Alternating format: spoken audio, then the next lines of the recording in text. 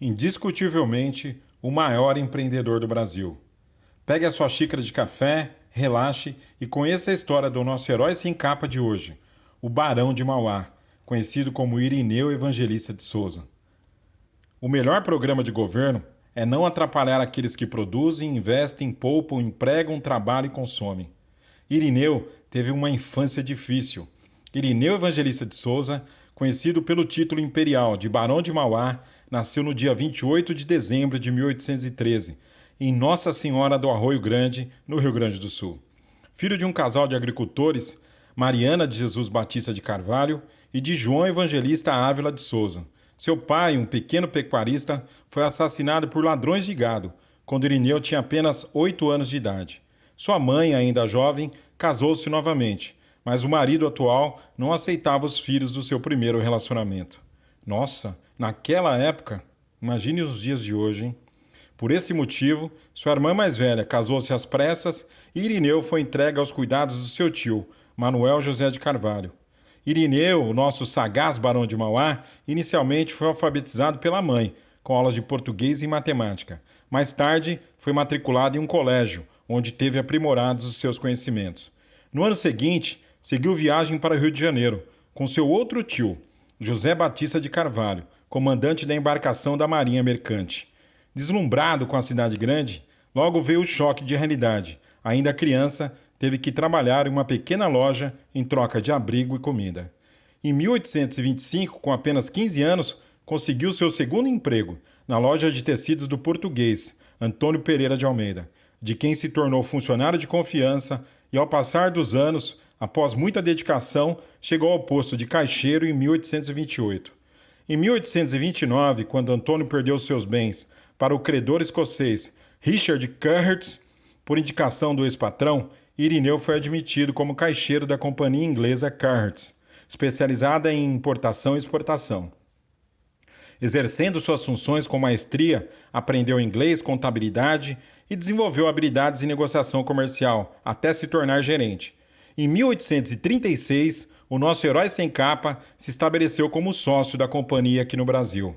Em 1839, Richard Curtis voltou definitivamente para a Inglaterra e deixou Irineu aqui no comando dos negócios.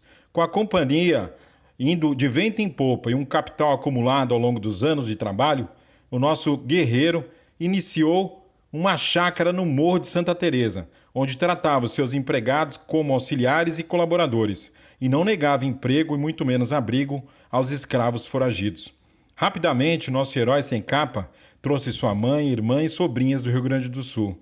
Em 1840, partiu em viagem para a Inglaterra, onde teve contato com a realidade capitalista e com as invenções da Revolução Industrial. No ano seguinte, regressou ao Brasil e pediu sua sobrinha May em casamento. Casaram-se em 1841 e, da união de 40 anos, tiveram 18 filhos, dos quais 11 sobreviveram. Em 1845, o nosso esforçado Barão de Mauá comprou uma pequena fundição em Niterói, no Rio de Janeiro, e construiu ali um gigantesco estaleiro no local, iniciando assim a história da indústria naval brasileira. Em 1846, o nosso herói funda a Fundição Estaleiros Ponta da Areia para atuar na indústria pesada, caldeiraria, considerada a maior e mais importante indústria do Brasil em todo o período do Império. Seu patrimônio cresceu e ele investiu em vários empreendimentos: navegação, barcos a vapor, transporte, ferrovias, gás, saneamento básico, todas em modernização estruturante do Brasil. Nos anos seguintes, promoveu o encanamento das águas do Rio Maracanã, no Rio de Janeiro. Em 1851, funda a Companhia de Iluminação de Gás, também do Rio de Janeiro. Em 52, fundou a Companhia de Navegação a Vapor do Rio Amazonas e da Companhia Fluminense de Transportes, que iniciou os bondes no Rio de Janeiro. Em 30 de abril de 1854, nasce a primeira ferrovia do Brasil, a Companhia de Estrada de Ferro, ligando o Porto de Mauá, na Baía de Guanabara, à encosta da Serra da Estrela. No mesmo dia, Dom Pedro II concedeu-lhe o título de Barão de Mauá ao nosso herói sem capa. Em 58, inaugura a Estrada de Ferro Dom Pedro II, a atual Central do Brasil.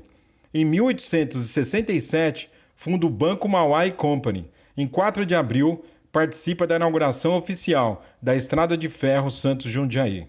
Em 1874, recebe o título de Visconde de Mauá do imperador Dom Pedro II. Irineu, o nosso Barão de Mauá, possuía um posicionamento liberal e abolicionista, pois acreditava que somente homens livres e assalariados contribuiriam com a prosperidade dos negócios no Brasil e no mundo, o que lhe rendeu sérios problemas com o governo imperial, devido aos seus ideais avançados para a sociedade ruralista da época. Seus negócios foram abalados pelas constantes mudanças na legislação, na taxação e foi implantado pelo governo imperial através da Lei Alves Branco. E pasmem, em uma noite nublada de 1857, Irineu teve o seu galpão do estaleiro incendiado criminosamente, sem nenhuma investigação convincente por parte das autoridades. E para agravar ainda mais a situação, seus empreendimentos também sofreram consequências com a crise bancária mundial de 1864.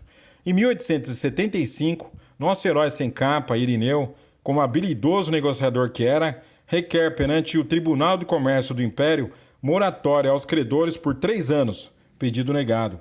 Em 1877 e 1878, encerra as atividades da fundição e estaleiro Ponta de Areia e fecha o Banco Mauá Company. Em 1882, viaja para Londres para buscar investidores e tentar encontrar uma solução para a situação financeira de suas empresas. Em 1884, nosso herói sem capas, Irineu Barão de Mauá, aos 70 anos de idade, após liquidar suas dívidas, recebe carta de reabilitação de comerciante de sacas de café. Diabético, com a visão comprometida e com a saúde debilitada, faleceu no dia 21 de outubro de 1889, em Petrópolis, no Rio de Janeiro. As dificuldades foram feitas para serem vencidas. Irineu Evangelista de Souza, o nosso eterno Barão de Mauá. É isso aí, compartilhe os nossos vídeos. Tamo junto!